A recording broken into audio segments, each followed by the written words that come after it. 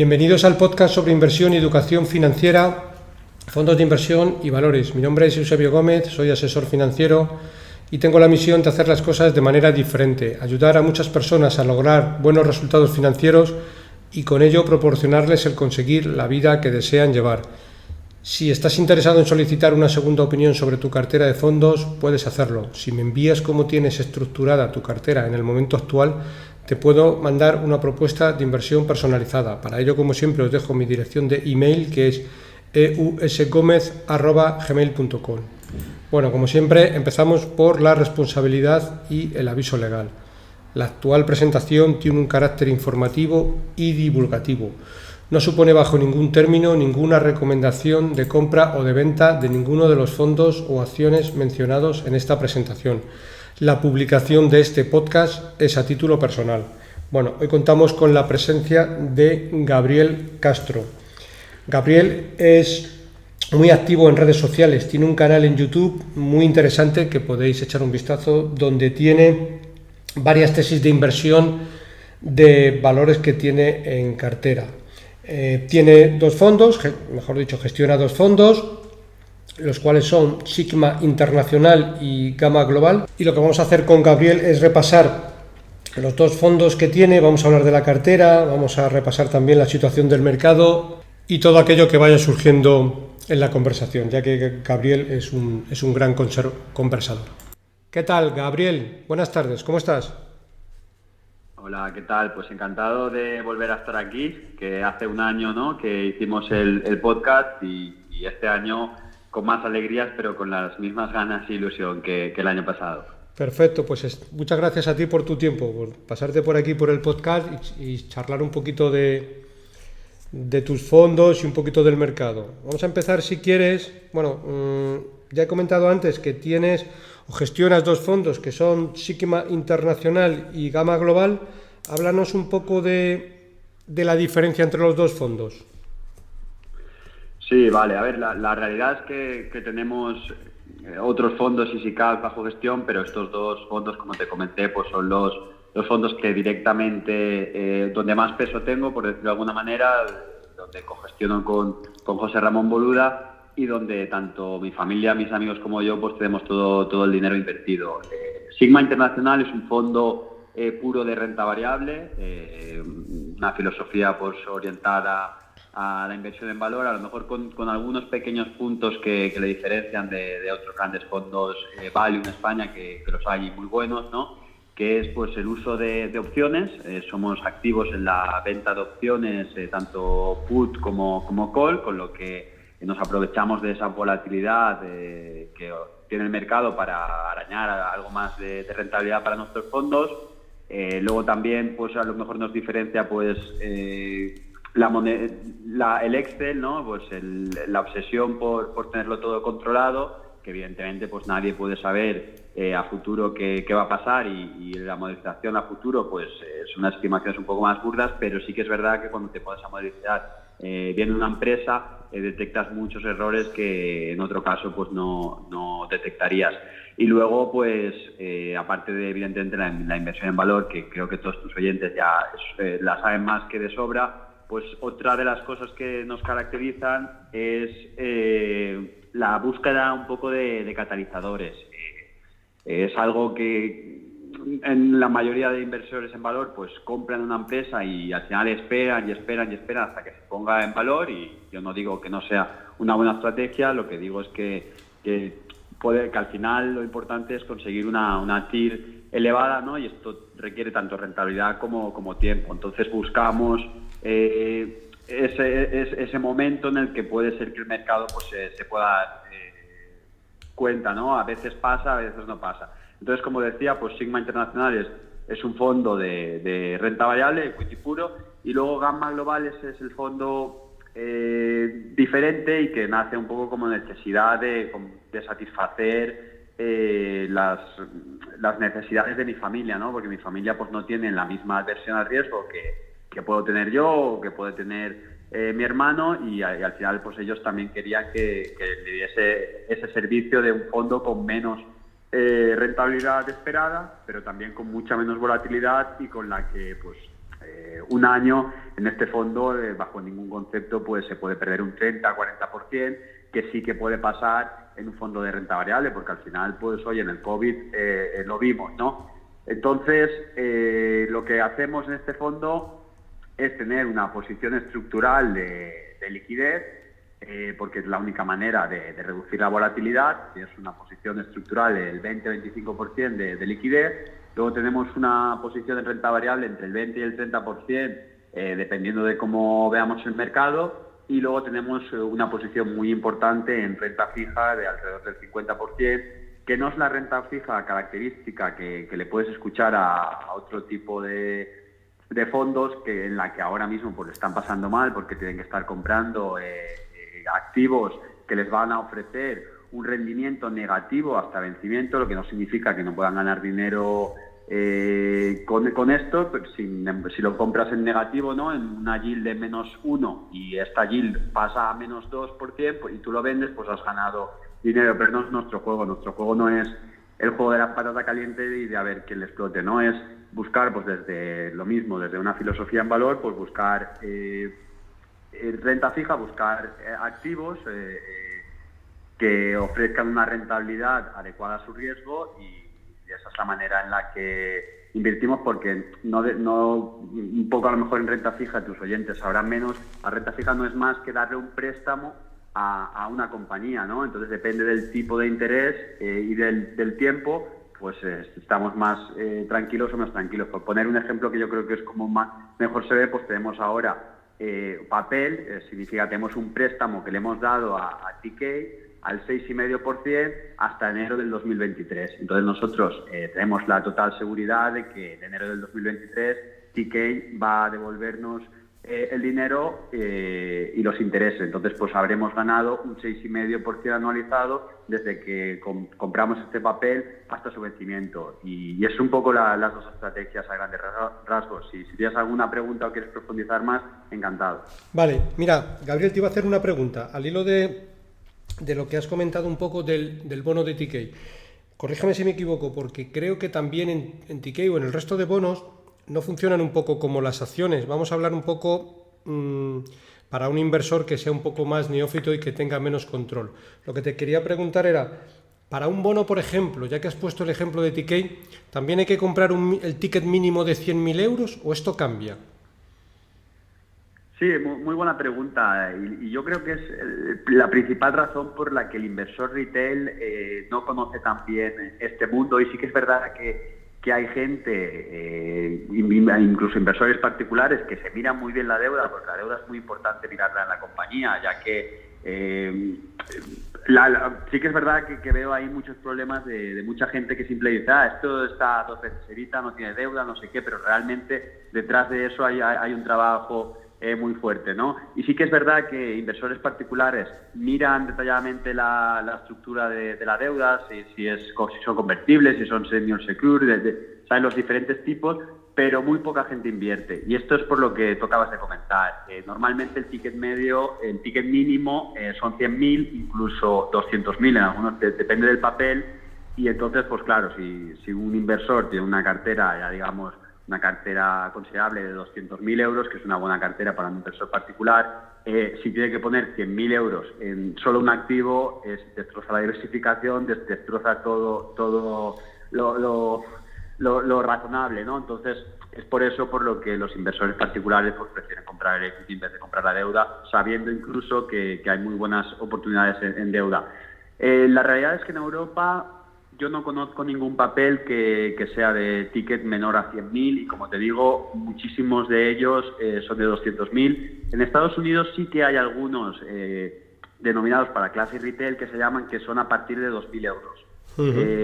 Pero en el caso de TK no, el caso de TK, si no recuerdo mal, es a partir de 100.000, y el momento en el que compres 100.000 sí que ya puedes ir escalando. Por ejemplo, nosotros compramos $250.000, o sea, sí que se puede fraccionar, pero con un mínimo de 100.000. Pero ahí sí que es verdad que hay otros bonos que se pueden adquirir con 2.000, pero prácticamente solo en Estados Unidos. Perfecto, aclarado. Pues vamos a hablar, si te parece, un poquito primero del mercado, antes de meternos en los fondos. Desde tu punto de vista, ¿cómo consideras que está actualmente el mercado? ¿Está caro? ¿Está barato? ¿Tú cómo lo ves? Pues sí, me alegro que hagas esta pregunta porque aprovecho también para destacar, ¿no?, que hicimos hace un año, el podcast que hicimos hace un año y donde ya hablamos aquí largo y tendido de cómo veíamos el mercado. Y yo creo que en mayor o menor medida pues acertamos, ¿no? Dijimos que no tenía sentido que nuestras inversiones estuviesen tan deprimidas, cuando realmente, pues eso, el valor de una empresa, el valor de cualquier activo no depende del momento actual, sino depende de los flujos de caja que vaya a generar en los próximos años. Y que si normalizábamos un poco y teníamos algo más de vista de que a 1 o 2 semanas, sino algo más a 1, 2, 3, 4, 5 años, pues que no tenía ningún sentido que las inversiones que hablamos de Aritza ha doblado desde entonces, desde hace un año, hablamos de Park Global, que ha más que doblado, hablamos de TK, que también ha subido un 50 o un 60%, y sin embargo, pues esos activos que estaban muy inflados y que ya estaban descontando un escenario perfecto donde el COVID sería para siempre, como pues Zoom, también hablamos de Beyond Meat, que también era por moda, Sonicola. Todos esos activos los he estado mirando ahora antes de hacer el podcast y todos van menos 40, menos 50, menos 60% desde que hablamos tú y yo, mientras pues eso, los activos value pues se han revalorizado fuertemente. Sí que es verdad que también hablamos de que, y además insisto en que creo que vale la pena volver al podcast, especialmente a esa parte, porque creo que explico bien cómo estaba el mercado, que habían activos desfasados que no tenían ningún sentido y esos son los que han corregido, y luego precios exigentes, que no estaban baratos, eran exigentes, que son las denominadas FANG, pero que yo no diría que estaban en modo burbuja. Lo que ha pasado es que estas acciones han seguido revalorizándose, también en línea con sus beneficios, pero claro, es que hasta el 2020 pues habían tenido un re-rating muy importante. Entonces, el mercado ahora, ¿cómo lo veo? Pues lo veo más exigente que hace un año, sin llegar a modo burbuja, pero sí que es verdad que está más caro que hace un año, porque a pesar de que los beneficios de todas estas compañías se han revalorizado mucho, la realidad es que está más próximo una normalización de los tipos de interés, está más próximo el reopening, en dejar de verdad el COVID atrás, y esto implicará incluso pues, esta inflación que estamos empezando a ver, que empezaba la gente diciendo que era transitoria, pero ya, sobre todo en la parte de shipping empezamos a ver, o en la parte de costes del labor cost, ¿no?, de empleados en Estados Unidos, que ya hay gente que empieza a decir, que te decía, no, es que es transitorio, esto la gente no lo va a tener en cuenta, es momentáneo, es temporal. Ahora ya sí que empieza ya la gente a decir, oye, que va a ser transitorio, pero también va a ser el 2022 y el 2023. Entonces, todo este cúmulo de cosas hacen que el mercado esté más caro, aunque esté prácticamente al mismo múltiplo del año pasado, simplemente por el hecho de que está más cerca una normalización de la política monetaria. Y aunque sí que es verdad que no es algo en lo que nos centremos mucho, nosotros en Singular Bank gestionando, al final somos no somos top-down, ¿no? Somos bottom-up y miramos mucho más las empresas que el mercado. Sí que es verdad que siempre lo tenemos en el rabillo del ojo, ¿no? Siempre estamos mirando un poco qué está pasando allí fuera, no solo en nuestras inversiones. Y como te digo, pues el mercado, que lo he visto anteriormente, se ha revalorizado con un 30% en el S&P y el Nasdaq, los dos prácticamente la misma revalorización desde hace un año, que es cuando tuvimos el podcast. Sin embargo, pues eso, nuestra cartera pues ha revalorizado el fondo de equity un 70 y largos por ciento. Entonces, pues sí que es verdad que hemos batido claramente, y tal como esperábamos, que tampoco tenía ningún sentido, pero sigo pensando que sobre todo el mercado, comparado con nuestra cartera, pues que va a tener lo difícil de obtener unas rentabilidades positivas en los próximos años. Y un poco, no tanto por los negocios, porque yo creo que los negocios dentro de lo que cabe van a seguir yendo generalmente bien, evidentemente no con los ritmos de crecimiento que han tenido tanto en el 2020 como en el 2021, porque al final tenían muchos vientos de cola, tanto porque todo el mundo estaba encerrado en casa y estas grandes empresas, las FANG, se han beneficiado de todo esto porque son más digitales y tal, a medida que se va reabriendo, pues van a sufrir un poco esto, o sea, van a desaparecer estos vientos de cola que tenían, incluso van a ser vientos en contra, ¿no? O sea, no tanto porque los negocios van a ir mal, sino porque el mercado va a empezar a reducir ese múltiplo pagado, porque la alternativa siempre es la renta fija, va a empezar a ser más atractiva, siguiendo pues el tapering que va a empezar la FED. Pues no sé si, además tampoco tiene sentido empezar a decir si lo va a empezar en octubre, lo va a empezar en noviembre. La historia es que va a pasar en los próximos meses, entonces esto va a conllevar un aumento del tipo de interés, aunque sea poco, puede ser más, depende de la inflación, pero bueno, ahí tampoco tenemos que centrarnos mucho. Entonces esto va a hacer que el mercado en general, que todas estas acciones que están a unos múltiplos exigentes, pues que sean menos interesantes. Entonces mi opinión es que, aunque no me esperaba, y hay que reconocerlo, no esperaba tan buen performance, ¿no?, del S&P, un 30% desde que hablamos, yo hubiese esperado algo más bajo. Sí que es verdad que ahora para el próximo año, sacando la bola de cristal, pues diría que este más 30% pues no lo vamos a volver a ver, y que si el mercado termina dando una rentabilidad entre el 5 y el 10% en el próximo año, pues yo creo que se habrán hecho los deberes, ¿no? Entonces, un poco para resumir, sigo muy bullish en nuestros activos, además activo por activo, ahora luego entraremos en detalle si quieres. Creo que tienen catalizadores muy cerca y creo que están en un momento de negocio en el que van a tener vientos a favor en estos próximos años. Sin embargo, pues viendo el mercado, pues no diría que es el mejor momento para los inversores para pues la estrategia que ha funcionado tan bien durante los últimos 10-15 años, que es comprar el ETF del S&P 500, buy and hold, ¿no?, sentarse y esperar. Uh-huh.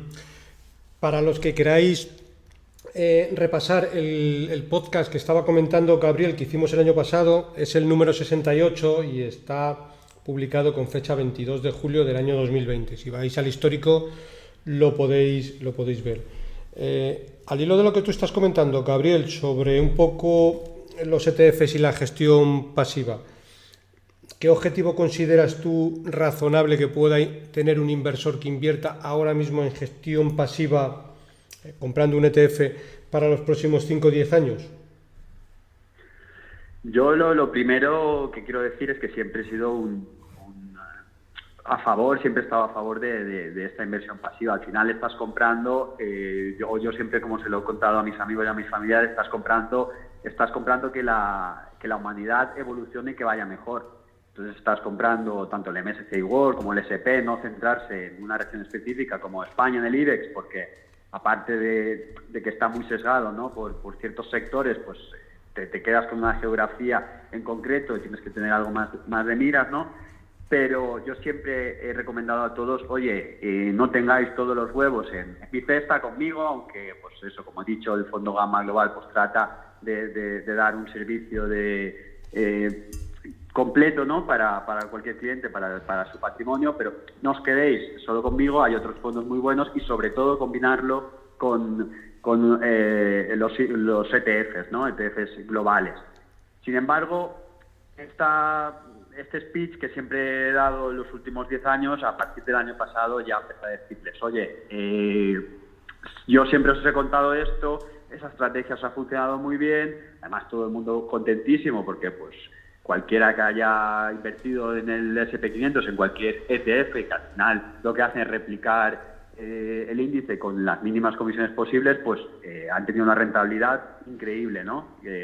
Entonces, aunque sé que cuesta cortar esta estrategia ganadora que os ha dado tantas alegrías, creo que es momento de o tener liquidez, si no queréis poner más huevos en la cesta value o en un estilo de filosofía diferente a los ETFs, más de stock picking, o tener liquidez o traer todos los huevos aquí, porque creo que es el momento, ¿no?, de darle la vuelta, porque está un poco exigente o excesivamente exigente el mercado en general. Entonces, a pesar de que siempre he sido un gran defensor de estos activos, yo ahora sí que recomendaría a la gente que, oye, a lo mejor no ser tan radical como yo he recomendado a mis amigos y familiares, y no eliminar toda la exposición a estos vehículos que te dan buenas rentabilidades en los últimos años, pero sí que reducir la ponderación en estos activos, porque así como incluso este año, y yo lo vuelvo a reconocer, pues a lo mejor el 30% que ha hecho el S&P 500 en el último año no me lo esperaba, creo que el año que viene va a ser muy, muy complicado tener unas rentabilidades ajustadas al menos al riesgo y, por supuesto, nada similares a los últimos años. Entonces, sí que creo que sigue siendo un muy buen momento, a pesar de que el último año a la filosofía de inversión en valor pues ha funcionado muy bien. Sigue siendo un muy buen momento, porque si lo pones abres un poco las miras, ¿no? Y ves la divergencia que ha habido en los últimos años, pues estos gestores, donde me incluyo, pues no somos tan malos para haber tenido una diferencia con el S&P 500 pues tan relevante, ¿no? Y entonces pues es algo que creo que se va a seguir cerrando en los próximos años. Entonces pues eso es un poco mi recomendación y la manera en la que yo lo he comunicado a las personas, como te digo, pues de más confianza. Fenomenal. Pues vamos a adentrarnos, si te parece bien, en las principales posiciones de tu fondo. Y yo creo que deberíamos de centrarnos en el Sigma Internacional, que va por la parte de equity, aunque luego, si quieres, repasamos un poquito el Gamma Global, pero como coge, digamos, 30% Gamma Global de Sigma Internacional, es decir, la parte de renta variable de Gamma Global, supongo que será Sigma Internacional, ¿correcto? Sí, vale. Así es. Sí que es verdad que hay, lo primero, en renta fija, muchos de los activos que tenemos, al final, nosotros la inversión para dedicar, o sea, es la misma manera de analizar una compañía, lo único que el destino final es prestarle dinero a la compañía, es comprar esos activos de renta fija, pero analizamos exactamente igual la compañía, lo único que no nos interesa la valoración, sino lo que nos interesa es un poco más el riesgo de no devolver ese capital, ¿no? Pero muchas de las compañías que tenemos en renta fija, pues tenemos acciones en Sigma Internacional, entonces pues tienen muchas similitudes, al final las tesis son las mismas, simplemente eligiendo un instrumento diferente para como materialización, ¿no?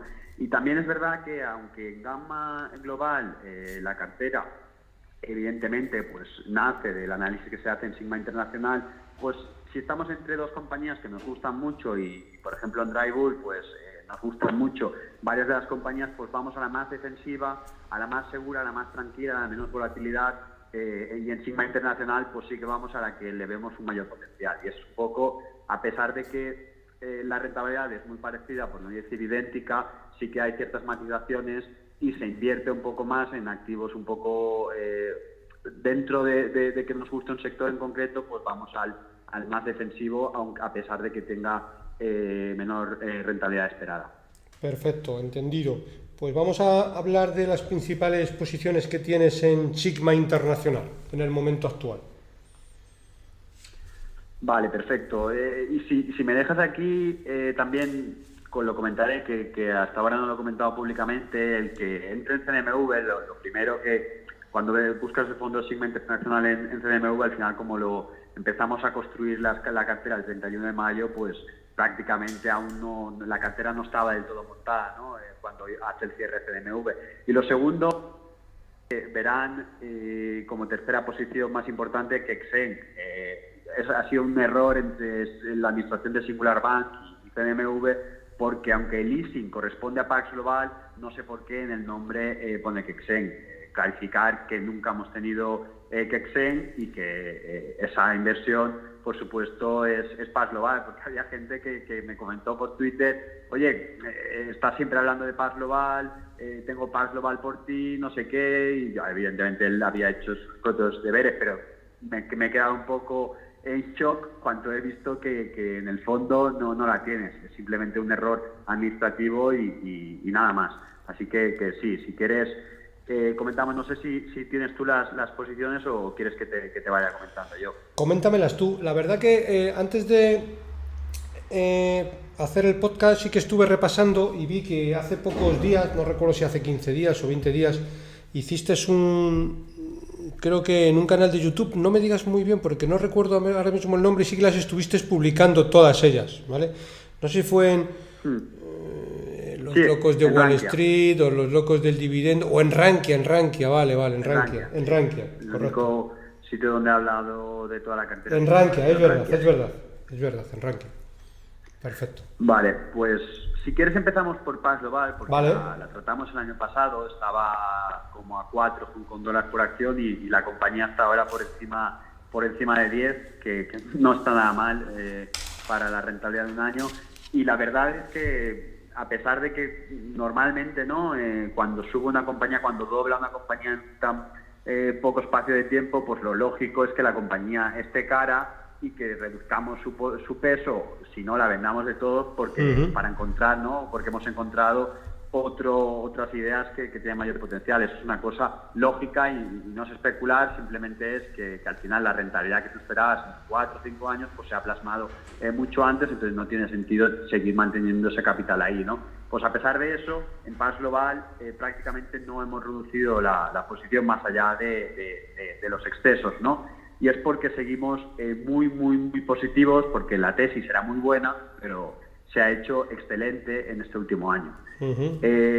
Para acabar un poco por recordar, e insisto, creo que tiene sentido volver al podcast anterior, pero un poco por recordar, es una compañía de terminales de pago que se dedica, pues el típico datáfono que ves cuando vas al supermercado, cuando estás en un taxi o cuando lo que pagamos, que ahora prácticamente yo creo que en España o todos tus oyentes que pagarán prácticamente todos con tarjeta, pues ese cacharrito, no, esa maquinita con la que pagas, aquí en España probablemente será o de Ingenico o Verifone, aunque ahora cada vez más ya se empieza a ver Paz Global, ¿no? Entonces, es un producto que mucha gente se cree que es commodity, pero la realidad es que no es commodity porque cualquier instrumento que esté en una cadena de pagos tiene que cumplir unos requisitos de seguridad y tiene que tener unos estándares que le hace pues que no sea commodity y que una terminal no sea igual a la otra.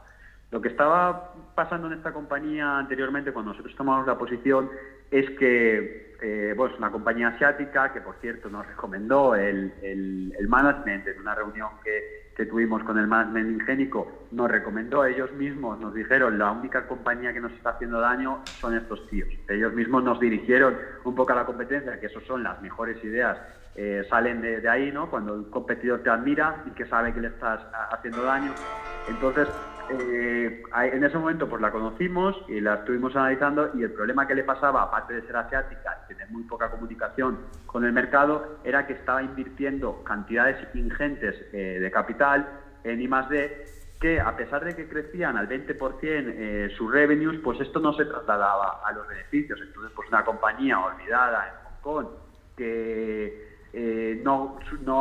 sus beneficios no crecían, pues imagínate a qué precio estaba cotizando, ¿no? Llegó a cotizar por debajo de caja neta. ¿Qué es lo que pasa en el momento en el que nosotros los contactamos a ellos? Lo primero, pues que tras 2 llamadas, pues ya vemos que ellos tienen la voluntad o la idea de que nosotros les ayudemos a un poco comunicar mejor la estrategia y comunicar mejor la filosofía al mercado. Entonces, pues punto positivo, ¿no? Esto que te he dicho antes de buscar ese momentum, ese catalizador, oye, pues es muy interesante que una compañía que nunca ha hecho un roadshow, que nunca le ha presentado a los inversores sus ideas o su estrategia, pues que nos pida opinión de a ver cómo podemos cambiar esto y cómo podemos empezar a atraer la atención del mercado, ¿no? Y lo segundo era que ellos nos habían contado que en el 2019 ya iban a tener el producto en el que habían estado invirtiendo los últimos 4 años con cantidades ingentes de capital. Entonces, a partir del 2019 se iba a trasladar este incremento en ventas a incremento en beneficios.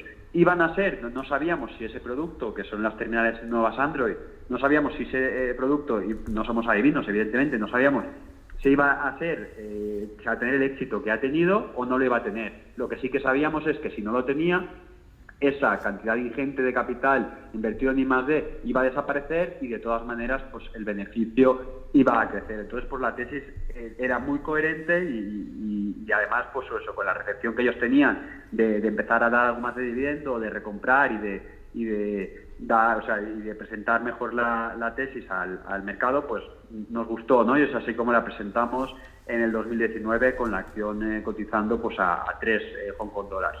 ¿Qué ha pasado después? Pues lo que ha pasado es que Verifone, que es, por poner un poco en contexto, solo hay 2 competidores relevantes a nivel mundial, uno es Verifone, el otro es Ingenico y el otro es Pax Global, que estaba en tercera posición, ahora cada vez más cerca de esa segunda posición, o yo diría que a lo mejor este año cuando publiquen los terminales a nivel global, ¿no?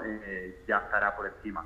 Entonces, Verifone había sido pagado por un private equity y ya no estaba destinando los recursos que debía a la parte de terminales y se estaba más focalizando en la parte de acquirers, que es lo que hace sus clientes y de software. Lo mismo con Ingenico. El tema de Ingenico es que, pues eso, podían hacer las 2 cosas a la vez sin canibalizar mucho el otro segmento.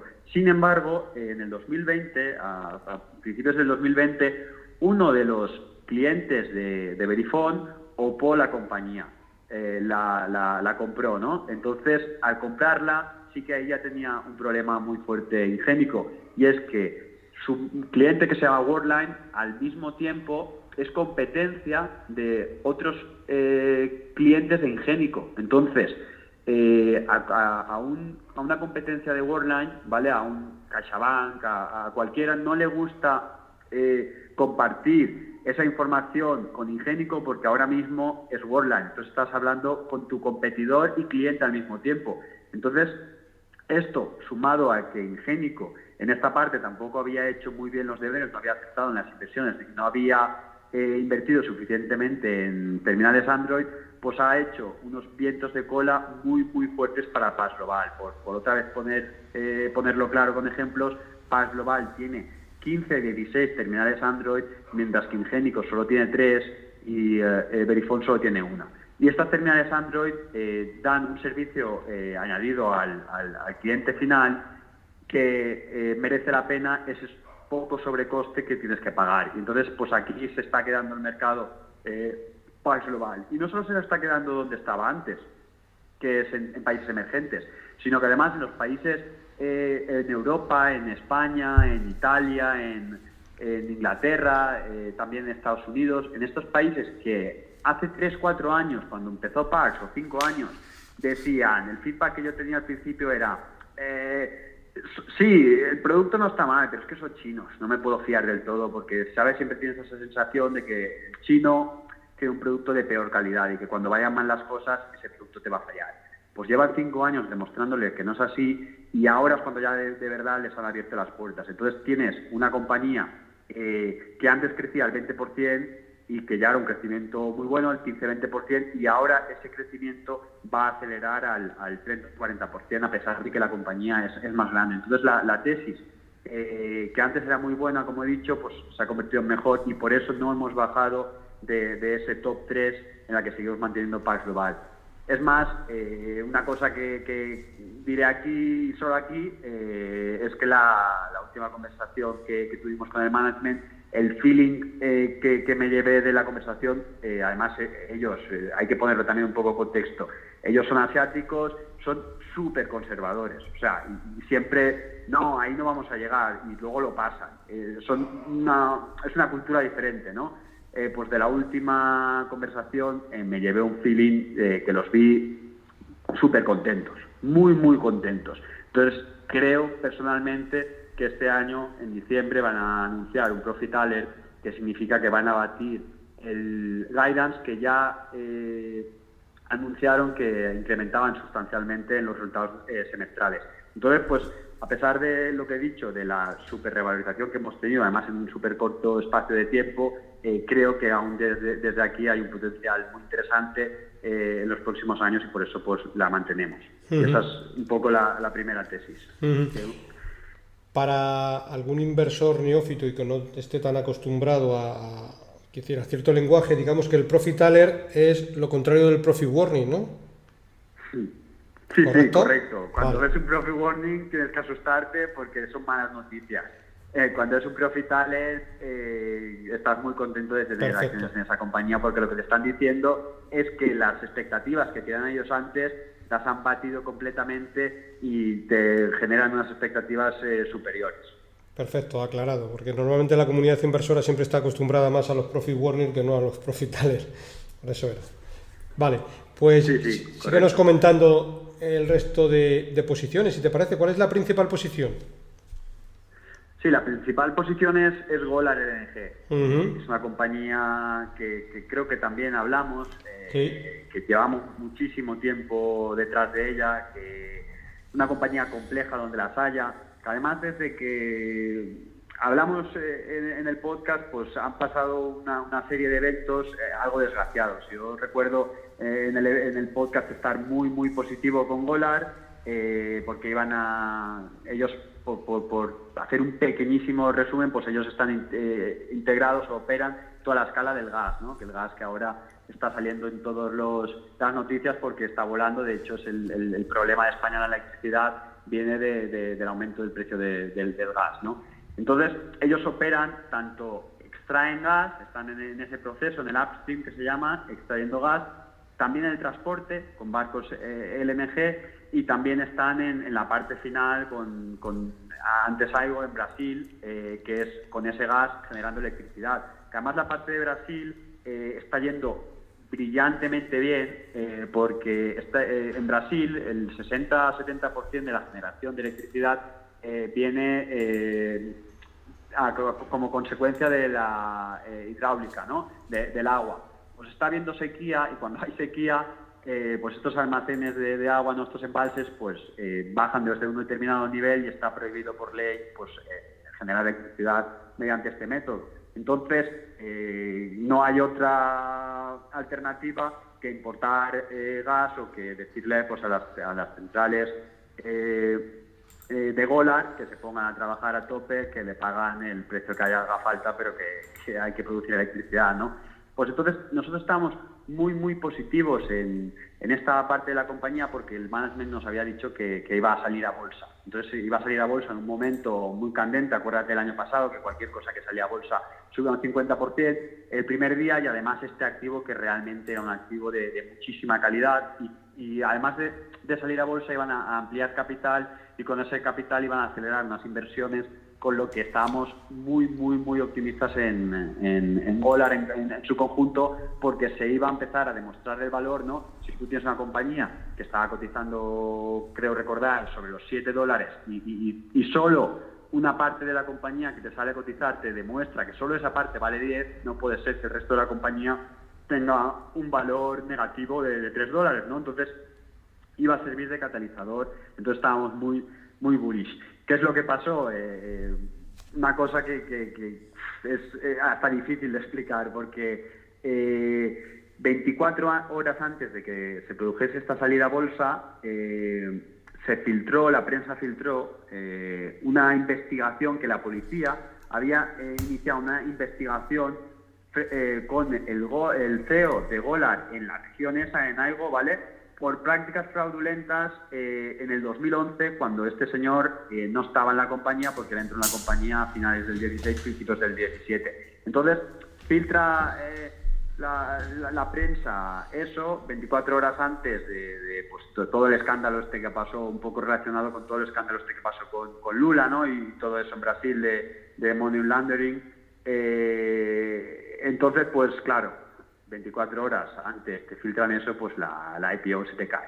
Se te cae, todo el mundo ya diciendo que si toda la compañía era un fraude, que se había ganado los contratos magníficos que tiene a 20 años con retornos superiores al 20%, con sobornos, pues eso, pues un caos. Pues la acción se derrumba, y es ahí pues cuando nosotros tenemos que hacer nuestro trabajo, y nuestro trabajo es saber si esas reclamaciones pues pueden ser ciertas o no pueden ser ciertas. Evidentemente, por la compañía en ese momento se cierra y no puedes ir a la compañía, pero ¿a dónde vas? Es a ver la competencia o la gente en España que está trabajando allí, que te dice. Y lo primero que me dijeron es imposible, desde el 2015-2016, que es cuando Golar empieza a funcionar allí y a ganar el primer contrato, que nadie en Brasil, en ese tipo de subastas de energía, haya podido hacer fraude, porque de la manera en la que se hacen ahora, que esto cambió todo en el 2014, es más fácil hacer fraude en España que hacer fraude en Brasil, ¿no? Entonces, cuando tenemos esa idea de dos compañías distintas, dos compañías españolas que no tienen por qué mentirnos, ¿no? Además, dos compañías pues con un management decente y confiable, pues lo que haces es empezar a comprar acciones y vender puts que en ese momento daban una rentabilidad por la volatilidad implícita pues brutal. Y un poco eso es lo que pasó, ¿no? Se perdió esa ventana, esa opcionalidad que yo creo que si hubiese pasado, el dólar estaría cotizando ahora ampliamente por encima de 20. Un poco para recordar a todos, pues ahora Golar está sobre los 12 dólares por acción, y o sea que el gap es bastante importante, ¿no? Entonces, ¿qué tuvieron que hacer? Pues lo que tuvieron que hacer es, como en ese momento tenían algo de deuda, la deuda estaba vinculada a que esa operación saliese adelante, pues el que tenía la deuda, que es un banco que se llama Citi, pues les dijo, oye, pues tenéis que ampliar el capital, y la ampliación de capital la voy a hacer yo. Entonces, pues tuvieron que hacer una mini ampliación de capital, no muy relevante, y que este año ya han saneado parte con recompras, pero bueno, tuvieron que hacer una mini ampliación de capital obligados por esa mala suerte, porque, bueno, mala suerte o inteligencia por parte de algún competidor, porque está claro que algún competidor filtró esa noticia o incluso habló con la policía para que se iniciase una investigación, porque la realidad es que la investigación ha terminado. Evidentemente, esta persona ya no forma parte del equipo directivo de Golar, porque Golar, pues al final tuvo que defenderse a él mismo y dijo, oye, te apartamos mientras tanto, y no una política defensiva, pero ya se ha resuelto esa investigación, que recuerdo no era una demanda, sino era que la policía había iniciado una investigación. Se ha resuelto y no se ha resuelto con ninguna demanda, es decir, se cargaron la IPO y se cargaron uno de los mayores catalizadores de Golar, simplemente por un chismorreo, ¿no? Pero bueno, entonces Golar desde entonces tuvo que reaccionar, y lo que hizo fue pues vender esta compañía, este activo muy bueno, este monopolio en Brasil, a una compañía que se llama New Fortress, ya bien sabiendo que esta compañía pues estaba cotizando en múltiplos exigentes. ¿Y qué ha pasado desde entonces? Pues que Golar, cuando se la vendió, estaba cotizando esta compañía cerca de 60, se la vendió mayormente por stake, por acciones, ¿vale? Ahora Golar tiene el 9% de esta compañía, y esta compañía ha pasado de 60 a 25. Entonces, pues esto ha drenado mucho valor de Golar, y aunque creo que es temporal y que volveremos a ver en Infortress en niveles de 50 o 60 en el medio plazo, porque realmente es una compañía muy buena, pero sí que es verdad que es uno de las mayores razones por la que Golar este año no está experimentando una revalorización muy fuerte. Si no recuerdo mal, a lo mejor es del 20% o algo así, pero debería de ser pues, más en línea del 50-60% si no hubiese pasado nada de esto. Y esto es un poco lo que ha pasado desde entonces, y lo que creemos ahora es pues, que New Fortress va a seguir ejecutando su backlog y los contratos que tiene, y el mercado pues los pondrá en valor ahora cuando empiece a ejecutarlos, que es ya a partir de este segundo semestre y durante el año que viene y el siguiente, sobre todo el año que viene, en la segunda parte del año, en los activos de Brasil tienen muy buena pinta. Y además Golar, en este mundo, y que lo habrás visto tú en todas las noticias, que el gas está tan elevado, pues ellos tienen una ventaja competitiva frente al resto, que tienen un método para extraer gas o para la exportación, porque al final pues el gas no tiene nada que ver desde donde se genera hasta donde se consume, ¿no? Entonces, pues tienen un método prácticamente irreplicable, que solo tienen ellos, o al menos 5 o 6 años por delante de la competencia, que les genera unos retornos, unos contratos a 20 años, que es Jimmy y Hilly, unos contratos a 20 años con retornos del 20%. Entonces, ¿qué creemos que puede pasar en los próximos 12 meses? Pues que el mercado vuelva a prestar atención a esta compañía en el momento en el que Golar gane el contrato. Y pues sabemos o intuimos que el contrato está muy cerca, porque se están dando pues las mejores condiciones en este momento. Y por último, por la parte, os he contado, por la parte de generación de electricidad, ¿no? A través del gas, que es la parte del downstream, que es New Fortress. Os he contado un poco la parte de upstream, que es la parte pues, de Jimmy, de estos contratos que te digo, que van a que va a conseguir algo y que va a volver a captar la atención del mercado en el momento en el que consiga un contrato de estos y que sea más pronto que tarde.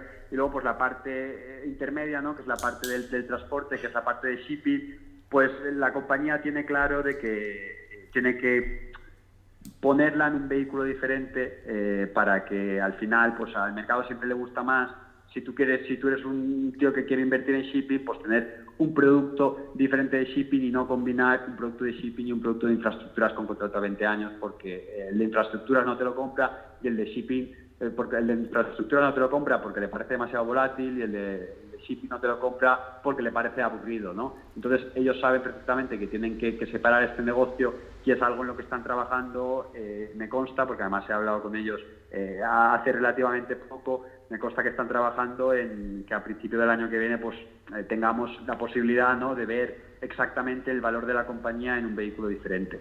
Y eso es un poco porque es la compañía que mayor pondera, ¿no? No solo porque el negocio es excelente, el negocio es irreplicable, con ventajas competitivas, sino también porque detectamos perfectamente por qué está cotizando barato y sabemos que hay esos catalizadores, esa opcionalidad a favor que tenemos de que en los próximos meses pasen cosas y pasen cosas a nuestro favor. Que también, evidentemente, pues si no pasan, no va a pasar nada, porque tenemos una compañía, como he dicho, magnífica, que va a generar un free cash flow de esos contratos, derivados de esos contratos de upstream en los próximos, en 2023 le entra Jimmy, por ejemplo, que en un momento determinado el mercado entenderá, tanto por dividendos o por recompras, que el precio es insignificante. Entonces pues eso, nos sentamos a esperar y en el peor de los casos pues el mercado lo reconocerá a final del 23 y en el mejor de los casos pues en los próximos 3, 6, 8 meses pues pasan cosas y empezamos, pues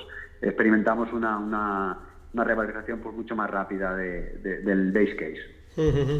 Fenomenal. Bueno, pues si seguimos repasando las posiciones del fondo, ya he dicho en la presentación que bueno, cualquier oyente puede pasarse por tu canal de YouTube, que tiene varias tesis de inversión muy interesantes. Una de ellas es la de Pax Global, también tienes la de TK. Y si observo en las posiciones principales del fondo, veo que en el momento actual no tienes TK. Y es verdad que veo que tienes una compañía también de shipping, que es Navios. Coméntanos un poco, ¿qué ves? ¿Más catalizadores según la filosofía del fondo en Navios que en TK o por qué has cambiado un poco esta...? Sí, pues a ver, TK y Navios sí que son negocios completamente diferentes, pero TK sí que se parece más a otra inversión que tenemos ahora fuerte, que no sé si aparece en CNMV ahora mismo, no caigo si la tomamos después o antes, que se llama Flex LNG, que sí que es pues, lo mismo, la flota que TGP, pero es una flota más pequeña, más nueva y que a día de hoy pues está más linkada al spot, cuando TGP tiene unos contratos más a largo plazo.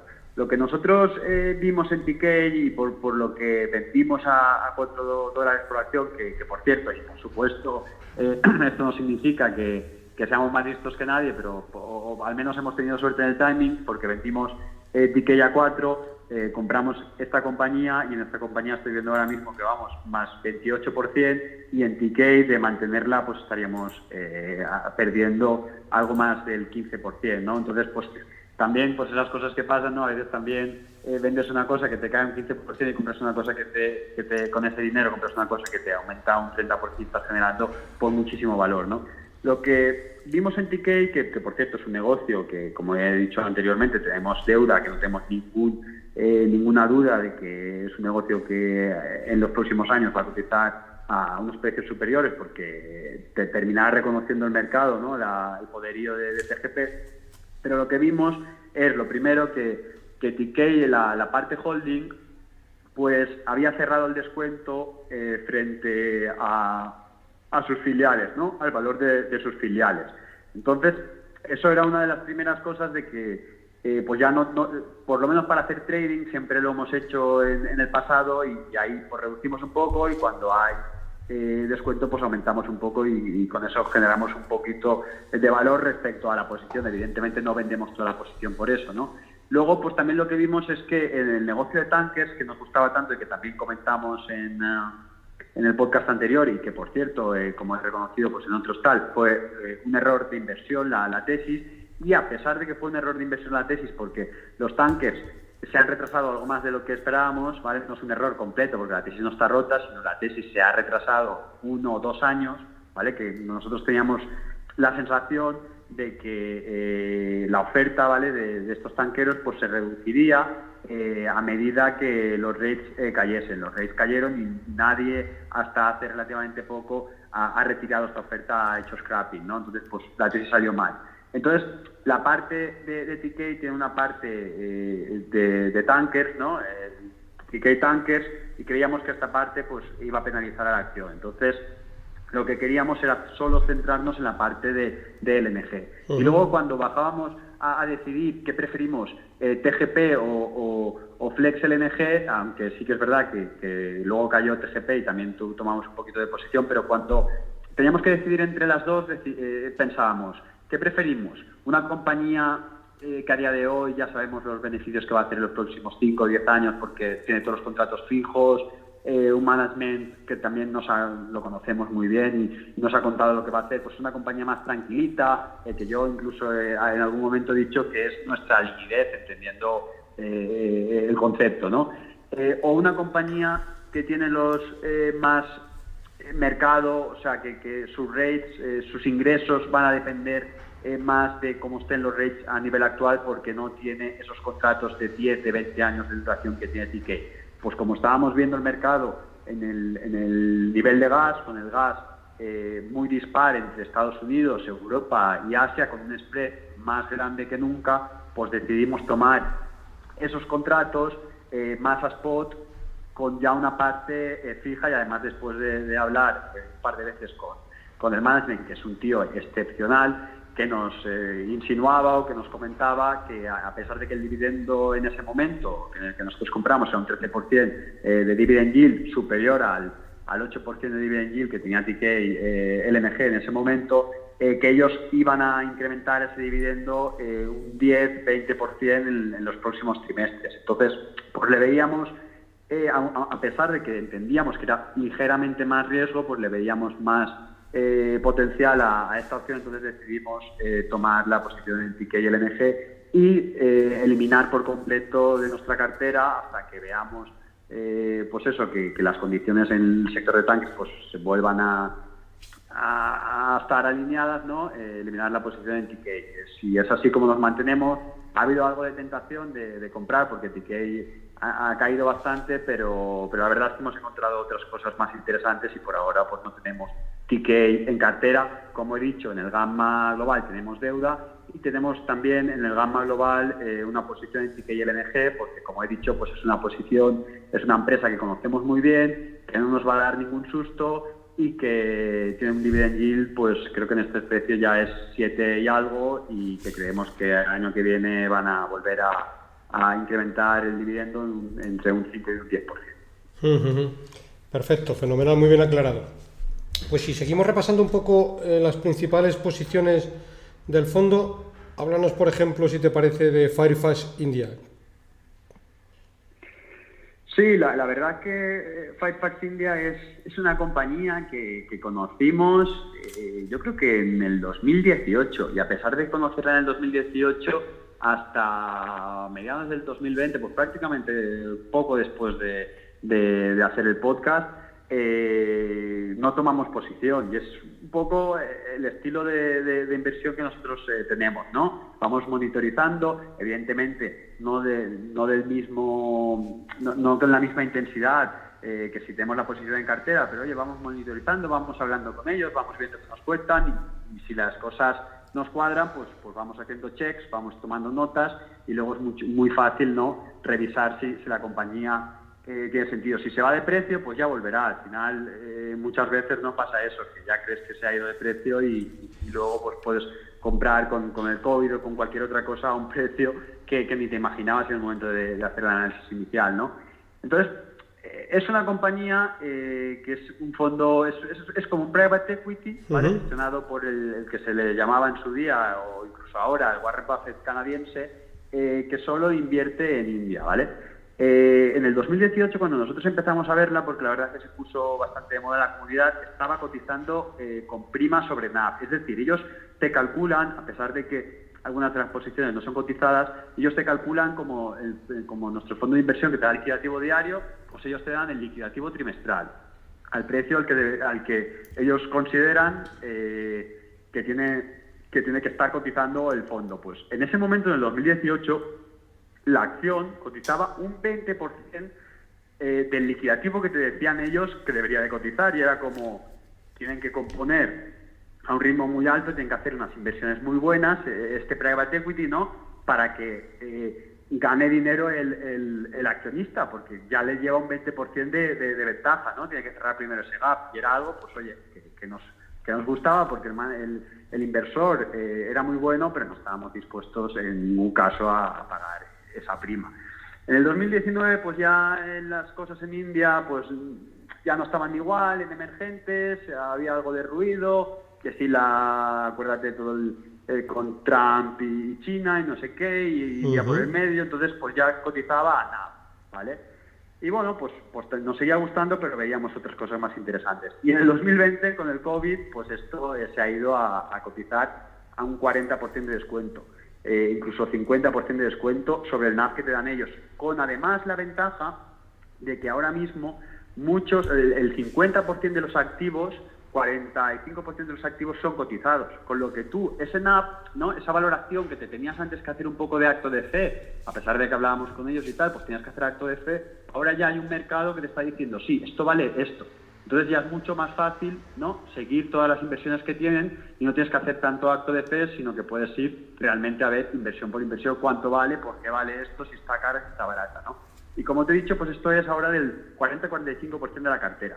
Pero es que además el otro 50, prácticamente 50% de la cartera es un activo, que es el aeropuerto más grande de India. Este aeropuerto, pues con los datos que tenemos y viendo el tráfico, cómo está evolucionando, allí ya están, a pesar del COVID y todo, están con capacidad superior, con utilización superior a los aeropuertos europeos, porque en India no pueden parar, es que son muchas personas, y además están ampliando terminales, y si te haces un poco los números sobre los aeropuertos chinos que están cotizando, pues estás viendo que esta inversión va a valer mucho y va a componer fácilmente pues a más de doble dígito, ¿no? Entonces, tener una inversión que estás comprando a día de hoy un 40% por debajo del NAV que te decían, cuando hace 2 años tenías que comprarlo un 20%, de la mano de un inversor que como te digo, sigue siendo el Warren Buffett canadiense con un track record excepcional, con además ya una gran parte de esos activos cotizados que has podido comprobar uno por uno, y sabiendo que el otro activo, el activo más grande es el aeropuerto, que además va a salir a bolsa en el próximo año, yo creo que es una, y teniendo esta exposición a India, un país en el que por supuesto nunca recomendaría a nadie desde España invertir en India, porque te vas a perder 10.000 cosas y te van a engañar de 5.000 maneras diferentes, pues creo que es una inversión única, diferente a todo lo que tenemos, y que merece la pena tener en cartera. El inversor que hablas, corrígeme si me equivoco, creo que es Prem Guapsa, ¿no? ¿Puede ser? Así es. Vale. Sí, correcto, así es. Y lo que te digo, insisto, no solo compramos porque está barato, sino que estamos viendo ya que hay cosas que están pasando. Hace relativamente poco nos intentaron comprar nuestras acciones, la compañía hizo un tender offer y dijo, oye, quien quiera vender las acciones, la compramos a 15. Ahora está a 13,5, creo que lo he visto esta mañana. Ellos saben perfectamente que en el momento en que salga el aeropuerto a cotizar, va a cotizar bastante más de lo que está en sus libros, y el NAV se va a ir para arriba. Entonces, si tienes que aprovechar, están aprovechando ellos mismos la debilidad del precio de la acción, la desconexión entre el NAV y el precio de la acción, porque pues a día de hoy, pues India en la variante Delta cómo van a terminar, no sé qué. En unos años volveremos a ver esta empresa cotizando prácticamente a NAV o con un descuento muy reducido. Entonces, pues es eso, vamos también de la mano de ellos. Vemos que ellos están comprando, que están recomprando acciones y que tenemos un catalizador muy cerca como que es el aeropuerto y, por supuesto, siempre con el prisma de que estamos en una compañía excelente que a largo plazo pues nos va a componer a doble dígito, que es lo que nosotros buscamos. Perfecto. Una cosa, Gabriel, según estabas hablando, estaba repasando las principales posiciones del fondo y te quería hacer una pregunta. Dentro de todas ellas, evidentemente es un fondo global, no hay ninguna española. ¿Dentro del fondo tenéis alguna compañía española? Sí, igual ahí en ese momento no, pero la realidad es que Global Dominion no estaba ya en ese momento. Tenemos Global Dominion, tenemos Indra, tenemos Talgo y a ver que estoy repasándolo y ahora mismo nada más algo en Portugal, pero ahora mismo también tenemos OHL, es verdad, un stake pequeño en OHL donde tenemos de verdad dineros en el bono. Y ahora mismo no tenemos ninguna otra posición. Si quieres comentar una por no comentarlas todas, porque yo sí, ya sabes, claro. cuando me pongo a hablar, esto es un monólogo, a lo mejor la más...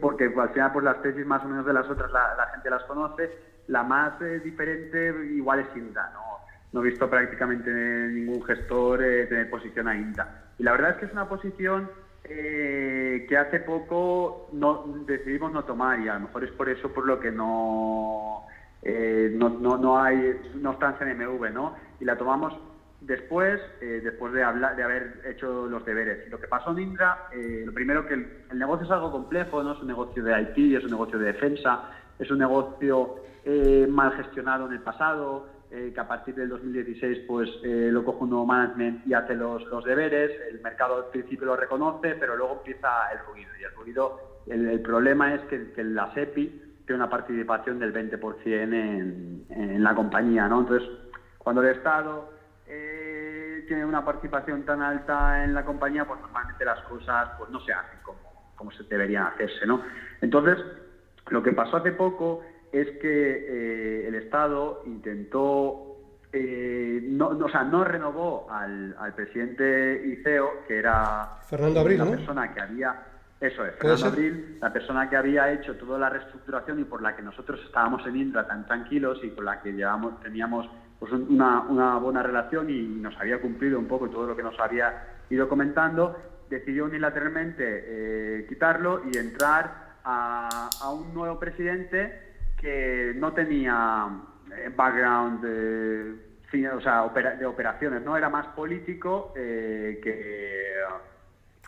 gestor, ¿no? Correcto. Entonces, pues claro, además de eso, es que si no era esto suficiente, además se rumoreaba que Indra iba a comprar ITP Aéreo, que es una compañía vasca, que no es una compañía mala, pero es una compañía que era del Rolls-Royce, que estaba expuesta pues al segmento pues de aeronaves, de fabricación para motores para Rolls-Royce y tal, de largo alcance, y pues era una empresa que estaba pasándolo mal, ¿vale? Y además es que le estaba intentando, era más o menos una compra alrededor de 15 veces EBITDA, cuando Indra estaba cotizando 5 veces EBITDA y era tan grande la compañía que requería una ampliación de capital.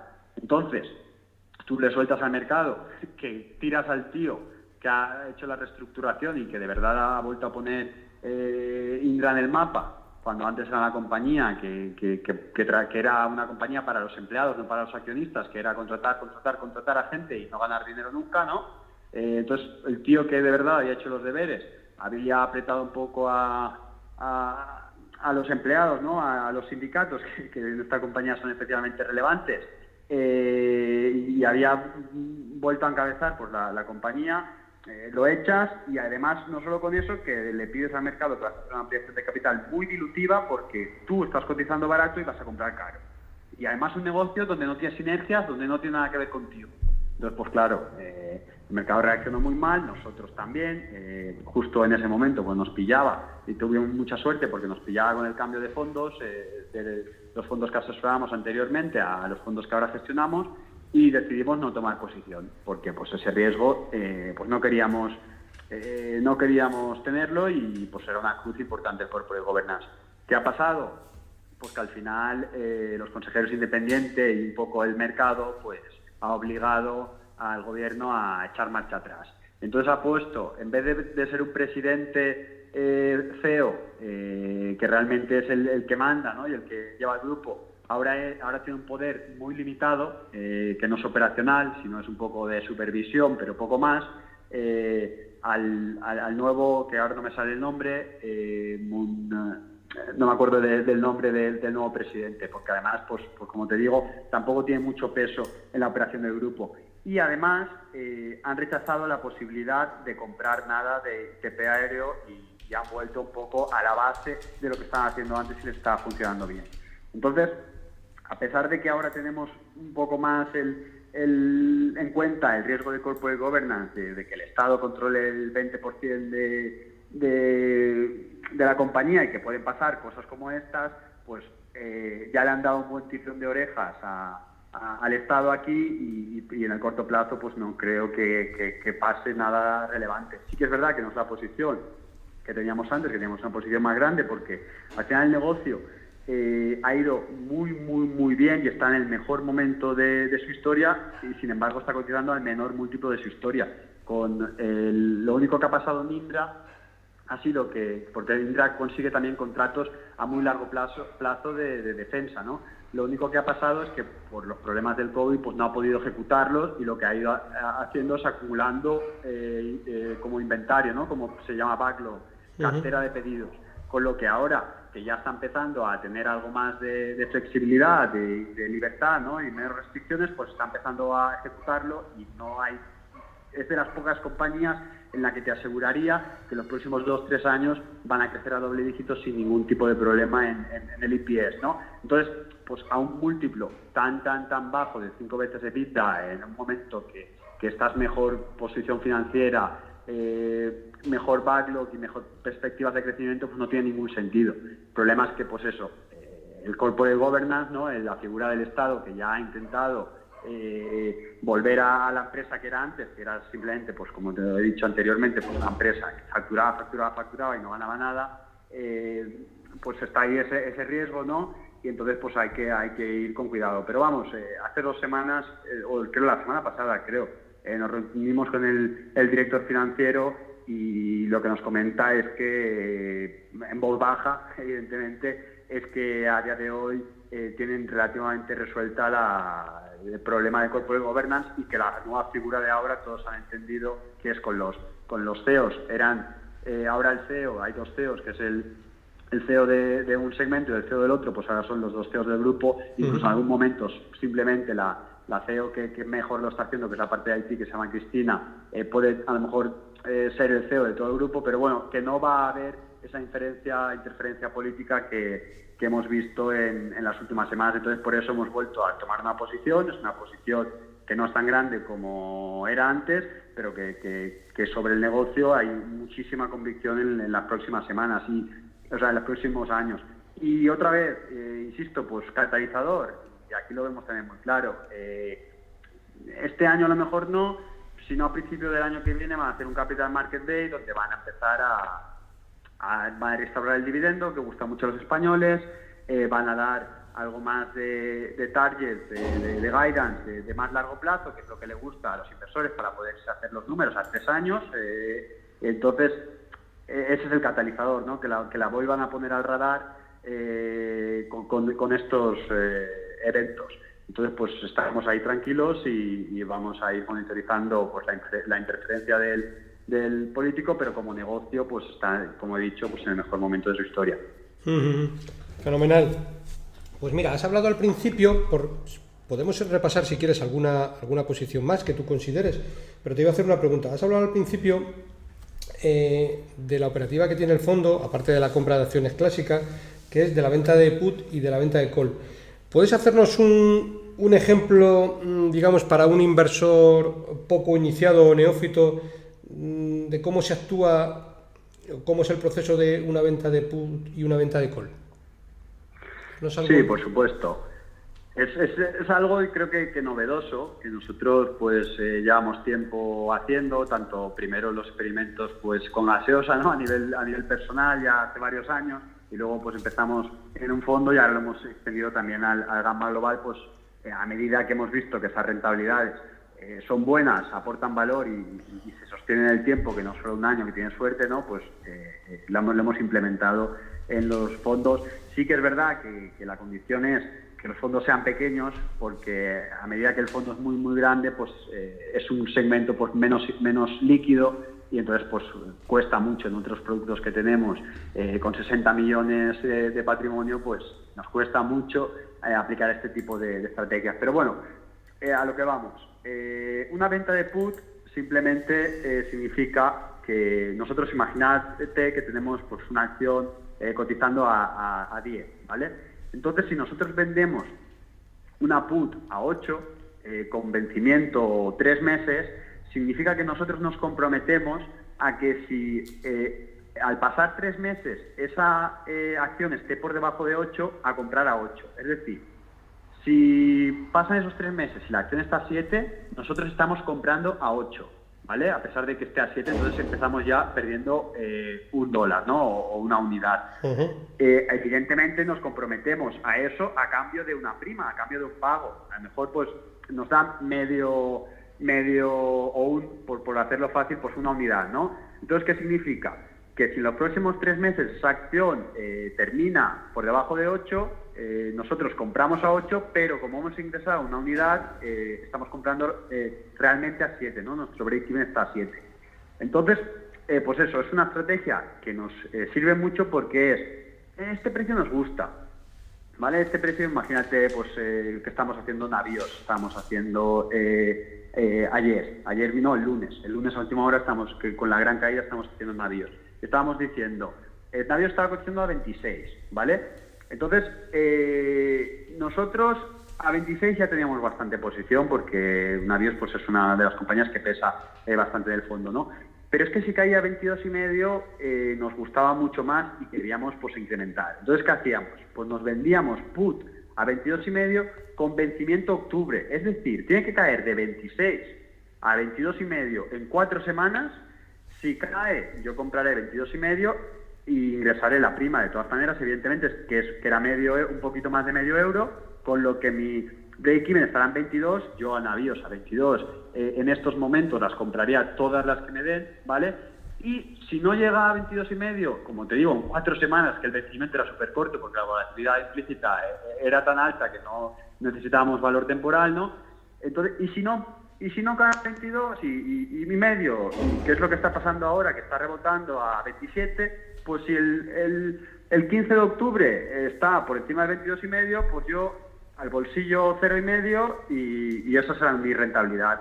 ¿Qué es lo que pasa? Como nosotros tenemos ya una posición tan relevante en navíos, nosotros a 26 no queremos comprar más, porque ya es el 6% del fondo, pero a 22,5 sí. Entonces, pues ¿qué hacemos? Pues aprovechamos a día de hoy para vender esas opciones o comprometernos a comprar a 22,5 en las próximas 4 semanas en caso de estar por debajo. Y eso es un poco la estrategia en directo que ha sido del lunes, ¿no? Entonces, la venta de call es diferente. Evidentemente, nosotros vendemos la put porque alguien la ha comprado, nos ha dado la contrapartida. La otra persona lo que está buscando es cubrirse ese riesgo. La otra persona dice, a mí navíos a 26 me gusta, pero como empieza a bajar y bajar y bajar, yo a partir de 22,5 quiero tener mi stop loss, por decirlo de alguna manera, ¿no? Entonces el señor, nuestra contrapartida, tiene las acciones a 26, si en 15 días, en un mes, el 15 de octubre, están en 18, pues nos dará a nosotros las acciones a 22,5, nos las venderá, habiendo pagado evidentemente por adelantado la prima de 0,5. Nuestro break-even será 22 y tendremos las acciones en 18. Pues bueno, es un riesgo que queremos correr, porque pues a 18, si sigue cayendo de 18, pues seguiremos comprando más, ¿no?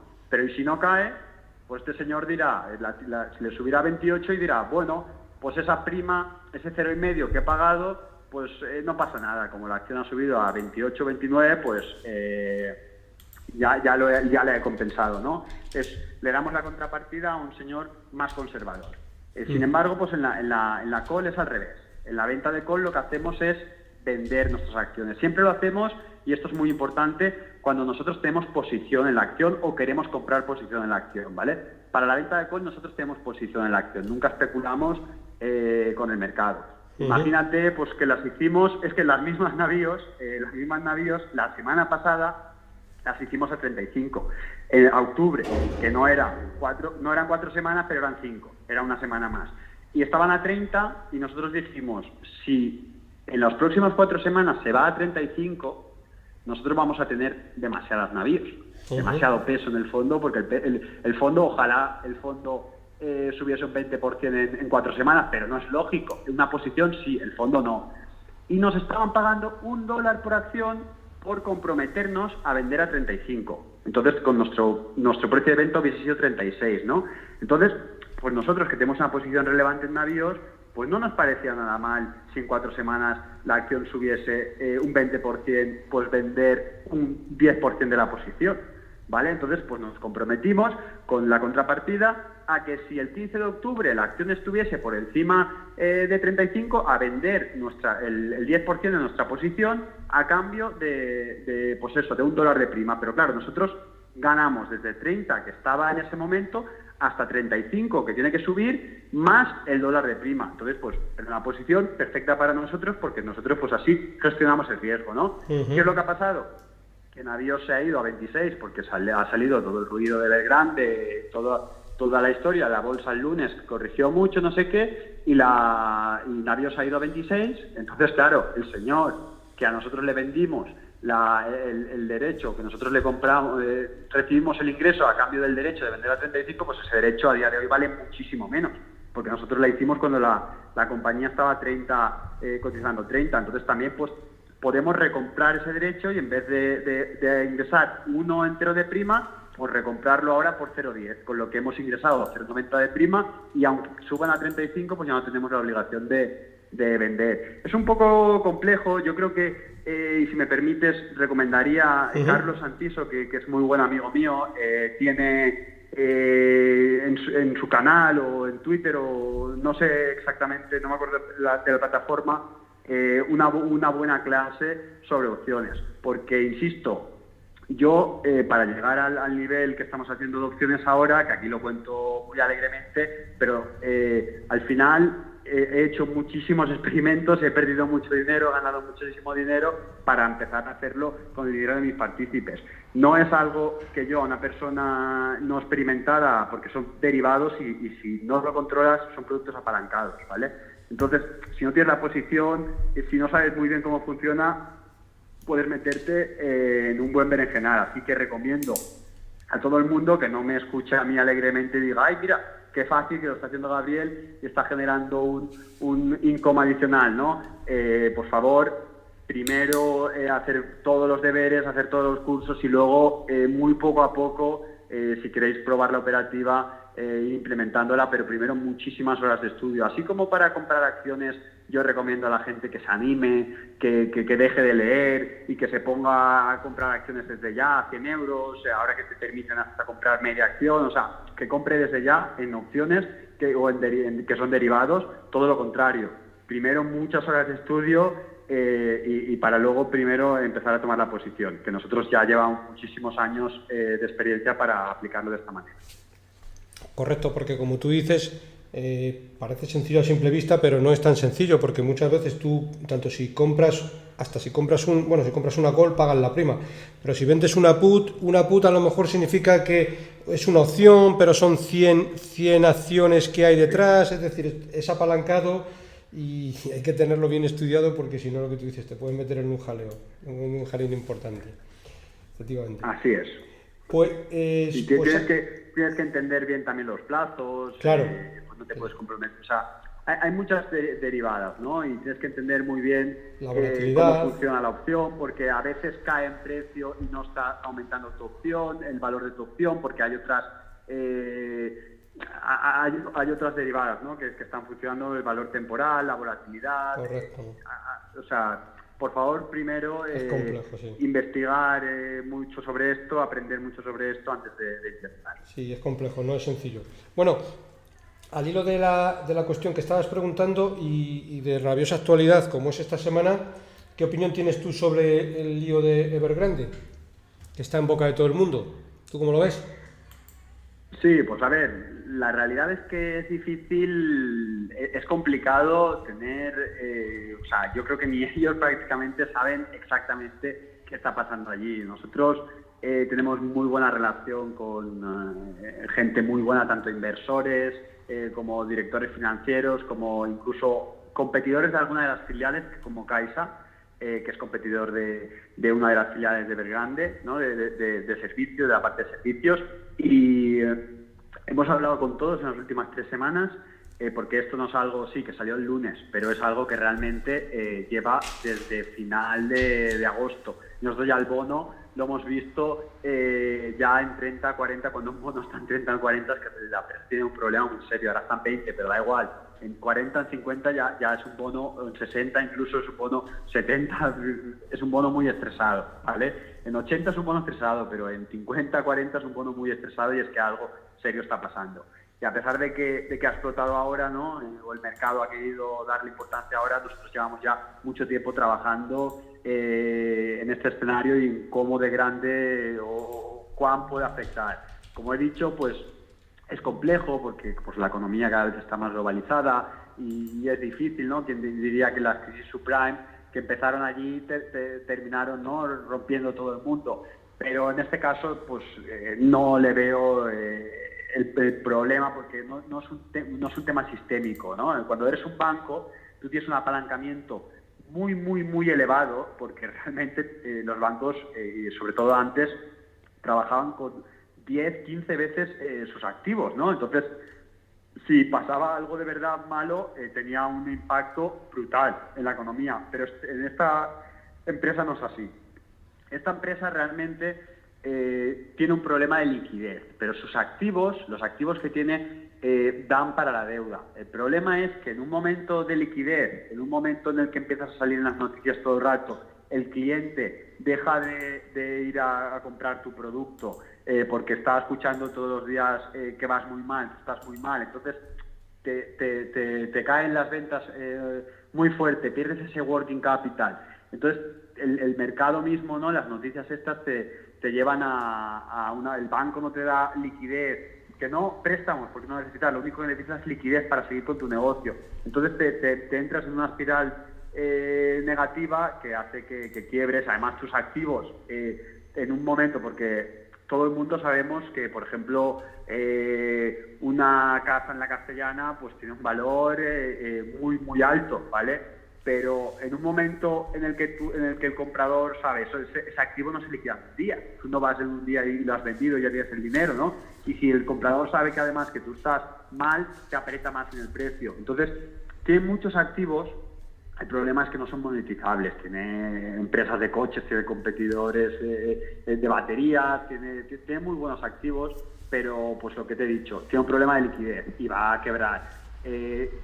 Como no está tan apalancada como la gente dice y como a pesar de que sí que hay varios bancos que tienen deuda, tiene buenos activos, no va a ser un problema sistémico, que es lo que le pasó a Lehman Brothers, ¿no? Que cayó la torre de Lehman Brothers y empezó a golpear a otras torres y al final pues no como una tal de dominó, ¿no? Uh-huh. Aquí no va a pasar no va a pasar eso y entonces pues creo que sí, que va a ser algo de ruido en el corto plazo y a lo mejor pues eso. China pues sufrirá un poco en su crecimiento económico un par de trimestres, pero es algo temporal. Y además en el sector del shipping lo ves muy, muy, muy de cerca, porque los rates, el sector del dry bulk, están muy vinculados a China, que es el mayor importador y exportador, bueno, sí, importador más que exportador de commodities, tanto hierro, bueno, exportador de acero, importador de carbón, es de todo. Entonces, los rates están de máximos. Cayeron ese día con el ruido pero hoy, 2 días después, están otra vez marcando máximos históricos. Significa que hay muchísima más demanda que oferta. Entonces, el primer sector donde verías que de verdad, y como digo, no es de hoy, viene ya arrastrándose 3-4 meses, incluso me iría más lejos, el problema de Evergrande viene ya arrastrándose, fraguándose 3-4 años, porque Evergrande es la compañía que tenía el Guangzhou de fútbol y empezó a fichar a Jackson Martínez, o yo no me acuerdo las barbaridades de a Paulista del Barça, las barbaridades de millones que fichaba una liga china que evidentemente no podía generar esos ingresos, y era todo Evergrande detrás, inflando precios y que le iban muy bien las cosas. Y ya en ese momento le dio un toque de atención China y le dijo, así es como terminamos mal, ¿no? Y igual como las casas, que estaban aumentando en China demasiado rápido, y ellos, los chinos, otra cosa no, pero listos, son muy listos y aprenden de los errores de los países vecinos, y ven el problema que tuvo Japón en su día y dijeron, no, esto no nos va a pasar a nosotros. Entonces tratan un poco de enfriar el mercado, que está un poco calentado, sin evidentemente romperlo. Entonces, pues eso, aunque ha sido algo de ruido en el corto plazo y yo lo agradezco, porque y yo entiendo que los partícipes me matarán por decir esto, ¿no? Pero yo agradezco esa caída, porque nosotros teníamos una posición, ya algo de liquidez, porque habían corrido muchas posiciones, nos había entrado alguna venta de call, como he explicado anteriormente y tal, que hemos llevado una posición del 15%, y en el momento en el que en 2 días se cae el mercado como se cae, te da la posibilidad de poner ese capital a trabajar, bien vía venta de opciones o comprando algo de equity que se te había ido, ¿no? Entonces, a pesar de que hay ruido y de que, pues eso, el cliente no quiere que el fondo le caiga un 4% en 3 días, que es lo que ha caído, que por cierto ya hoy estaba viendo que ya estamos recuperando más de la mitad, ¿no? Pues yo como gestor, que realmente sé los negocios, ¿no? Que no es un valor liquidativo, que no es un precio cada día, lo agradezco y utilizo esa liquidez, la pongo a trabajar para generar mayor rendimiento. Así que un poco como conclusión, que me he extendido por todo, no creo que sea un problema, que saldrán las noticias, hará algo de ruido, pero no creo que se vaya a extender mucho más. Fantástico, pues muy buena explicación. Pues por mi parte, poco más. ¿Consideras alguna opción más a incluir? ¿Estás a tiempo, amigo?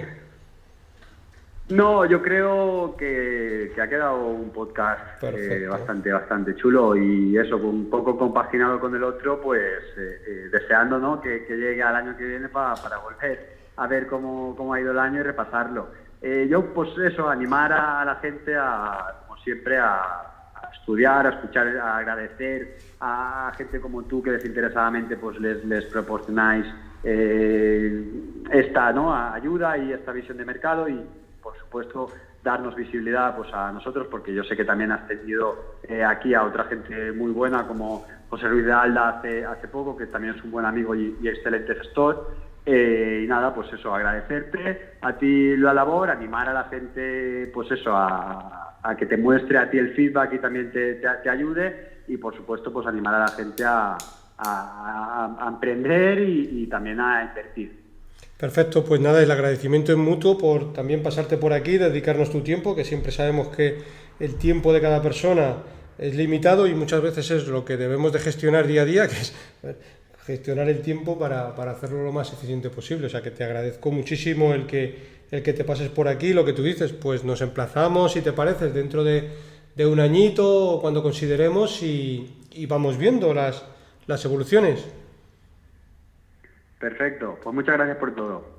Pues sin más, nos despedimos del capítulo de hoy. Hoy se ha extendido un poquito más, pero bueno, entendemos que ha sido interesante. Como siempre, para cualquier consulta o comentario sobre este podcast, puedes enviarme un email a la dirección eusgomez@gmail.com.